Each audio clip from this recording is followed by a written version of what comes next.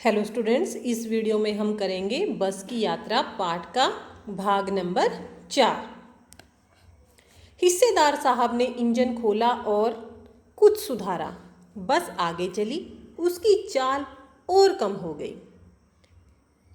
जो बस कंपनी का हिस्सेदार था उसने क्या किया, इंजन को खोला और उसको कुछ ठीक किया। बस आगे की तरफ फिर से चलने लगी। उसकी चाल, उसकी गति और कम हो गई। धीरे धीरे वृद्धा की आंखों की ज्योति जाने लगी। चांदनी में रास्ता टटोलकर वह रेंग रही थी। आगे या पीछे से कोई गाड़ी आती दिखती तो वह एकदम किनारे खड़ी हो जाती और कहती, निकल जाओ बेटी, अपनी तो वह उम्र ही नहीं रही। धीरे धीरे क्या हुआ, बस की तुलना तो लेखक ने किसके साथ की है, वृद्ध स्त्री के साथ। तो यहाँ पर क्या कह रहा है, धीरे धीरे वृद्धा की आंखों की ज्योति जाने लगी। धीरे धीरे जो थी उस बस की हेडलाइट जो है, उसकी रोशनी हेडलाइट की वो धीमी होने लगी। और जो बस है, चांदनी रात थी तो उसमें रास्ता टटोल कर, यानी कि उसमें से अपना रास्ता बनाकर चांदनी की रोशनी में वो आगे की तरफ चल रही थी।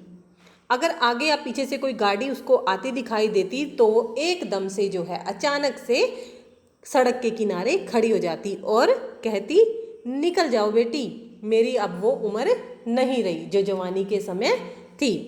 एक पुलिया के ऊपर पहुंचे इते के एक टायर फिस करके बैठ गया। वह बहुत जोर से हिलकर थम गई। अगर स्पीड में होती तो उछलकर नाले में गिर जाती। मैंने उस कंपनी के हिस्सेदार की तरफ पहली बार श्रद्धा भाव से देखा। वह टायरों की हालत जानते थे, फिर भी जान हथेली पर लेकर इसी बस से सफर कर रहे थे। जैसे ही बस एक पुलिया के ऊपर पहुंची तो उसका टायर क्या हो गया, पंचर हो गया और बस बड़े जोर से हिलकर वहीं पर रुक गई। अगर बस की गति तेज होती तो वह उछलकर किसी नाले में गिर जाती। मैंने पहली बार उस कंपनी के हिस्सेदार की तरफ बड़े प्यार से देखा। वो हिस्सेदार जो है, बस कंपनी के हिस्सेदार, उन टायरों की हालत को अच्छे से जानते थे। फिर भी उन्होंने जान हथेली पर रखकर, यानी कि इतने सारे जो यात्री थे उनकी जान की परवाह किए बगैर उनको उस बस से वो यात्रा करवा रहे थे। उत्सर्ग की ऐसी भावना दुर्लभ है। सोचा, इस आदमी के साहस और बलिदान भावना का सही उपयोग नहीं हो रहा है। इसे तो किसी क्रांतिकारी आंदोलन का नेता होना चाहिए। अगर बस नाले में गिर पड़ती और हम सब मर जाते तो देवता बाहें पसारे उसका इंतजार करते, कहते वह महान आदमी आ रहा है जिसने एक टायर के लिए प्राण दे दिए, मर गया पर टायर नहीं बदला। लेखक कहता है कि ऐसी त्याग की भावना बड़ी कम ही मिलती है। उत्सर्ग मतलब त्याग, दुर्लभ, कम ही मिलती है।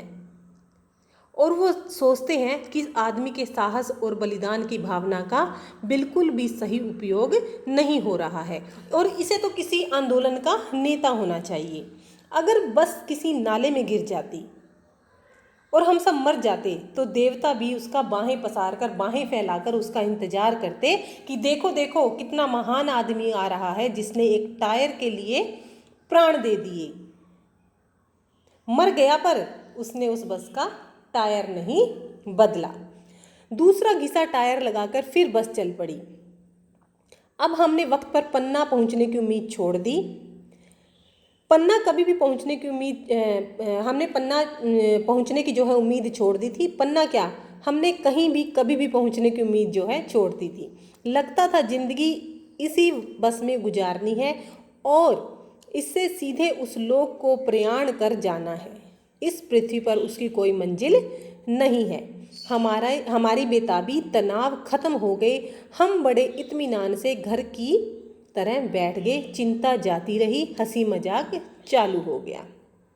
जैसे तैसे करके ड्राइवर ने और उस कंपनी के हिस्सेदार ने बस का जो है टायर बदल दिया। टायर भी कैसा बदला, एक घिसा पिटा सा जो बस में एक्स्ट्रा रखा हुआ होता है वो उसको बस को लगा दिया और हमने जो है समय पर पन्ना पहुंचने की उम्मीद जो थी वो छोड़ दी थी। पन्ना क्या, उन्होंने कहीं भी पहुंचने की उम्मीद छोड़ दी थी। और उनको ऐसा लग रहा था कि ज़िंदगी इसी बस में गुजारनी पड़ेगी और सीधे इस लोक को त्याग कर हमें जाना पड़ेगा। इस धरती पर उनकी कोई भी मंजिल नहीं है।